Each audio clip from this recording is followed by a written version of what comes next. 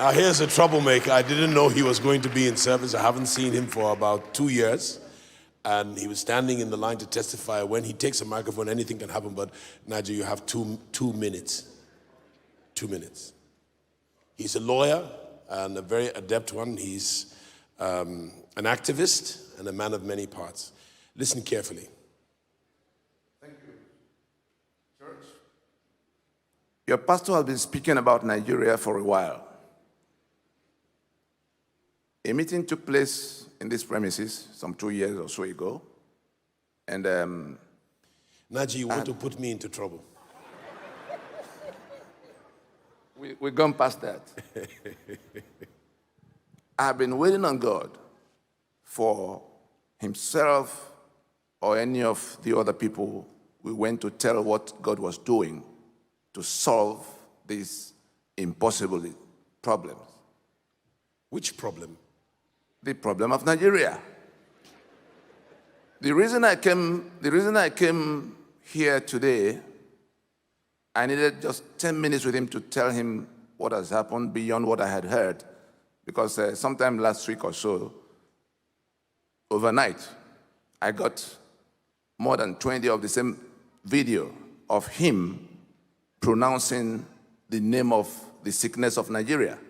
He said it was the constitution and that we shouldn't, that Nigeria is a scam under that constitution and that we cannot get to another change of power, I mean election and people going to government house under that constitution.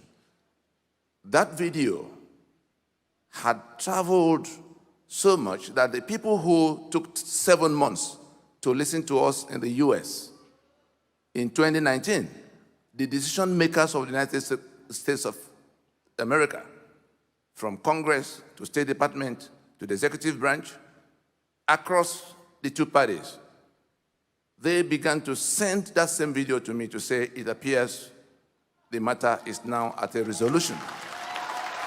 In 1 week, we are Sunday today, between the 28th of April and 30th of April, the world powers who have vested interest in Nigeria, the US, the UK, the European Union, came to the same decision concerning this country. The US was the first to tell the government in Abuja that these matters are so complicated, it's not something we can deal with from where we are. Go talk to your people. The next day, the UK said their partnership with Nigeria will not solve this one. Go talk to your people. Then, the day after, European Union made it plain, said, this matter, move away from gun. Guns will not solve anything. Not your gun, not our gun. Go to dialogue with the owners of the land and rework the legal instrument.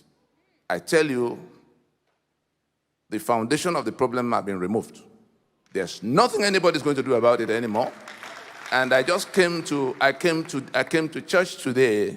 I had so many things to do, but I said, before I go to any part, anywhere else, let me come and tell this man of God that his courage in saying what he said, and if you know who else have been told the same thing in this land,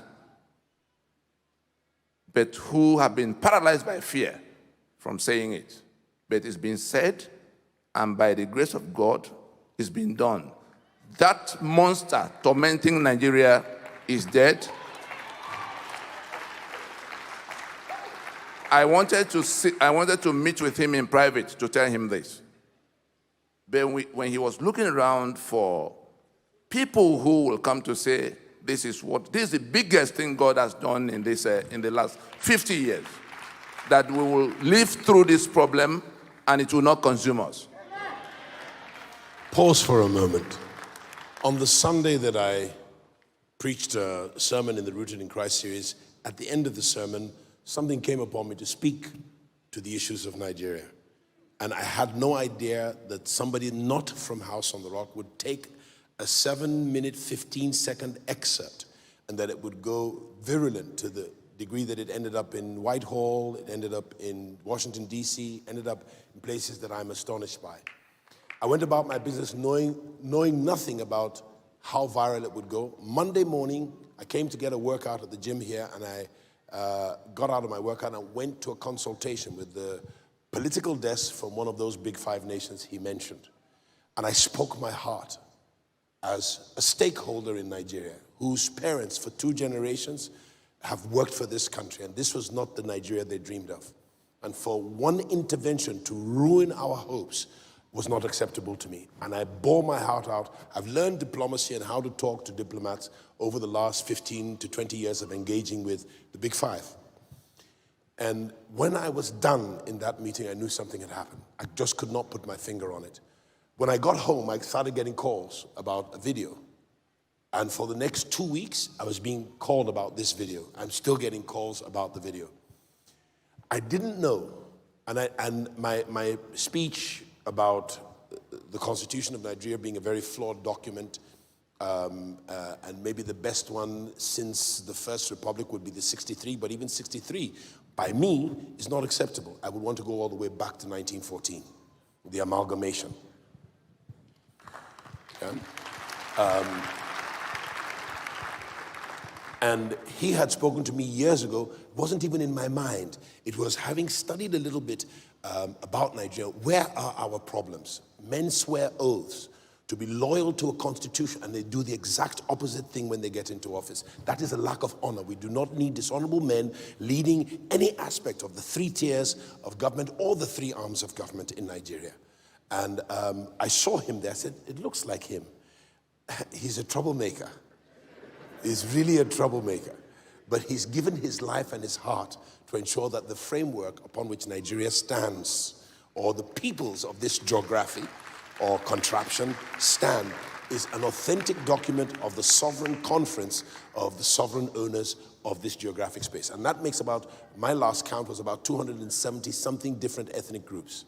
And it must be dealt with. It cannot continue to be sold a scam and take it and then be enslaved by people who feel it's their birthright to own us and own our land and own our assets and our resources. It's not acceptable to me, and I do not believe I stand alone. I believe I speak with the voice that resonates for the majority of the people that call themselves Nigerian. I'm also sick and tired of holding a green passport that brings me so much stigma every time I travel to go and preach the gospel.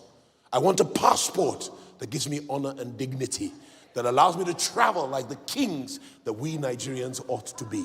We're not slaves. We are better than that. We have resilience. We have intellectual power. Nigerians are not the problem. It is the political class. Yeah? Nigerians excel everywhere else in the world. They're at the top of the treasury in the United States. They're at the top of World Bank. They're at the top of other countries. They're at the top of science, arts. Name the fields of discipline or fields of endeavor. We are the very best. We excel to the very top.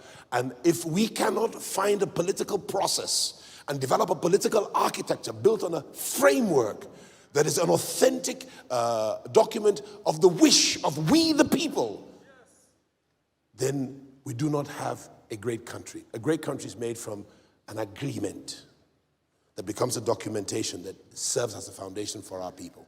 Our people therefore have to go elsewhere to excel, because the enabling environment is not available to us. Nigeria can be the greatest country on the face of this earth. And my prayer, my hope, is that my children's children will see Nigeria become great, and they will rush back from all the far-flung countries they've gone to, the same way that somebody started prophesying in the 1930s, 1940s. And everybody now started to publish that word.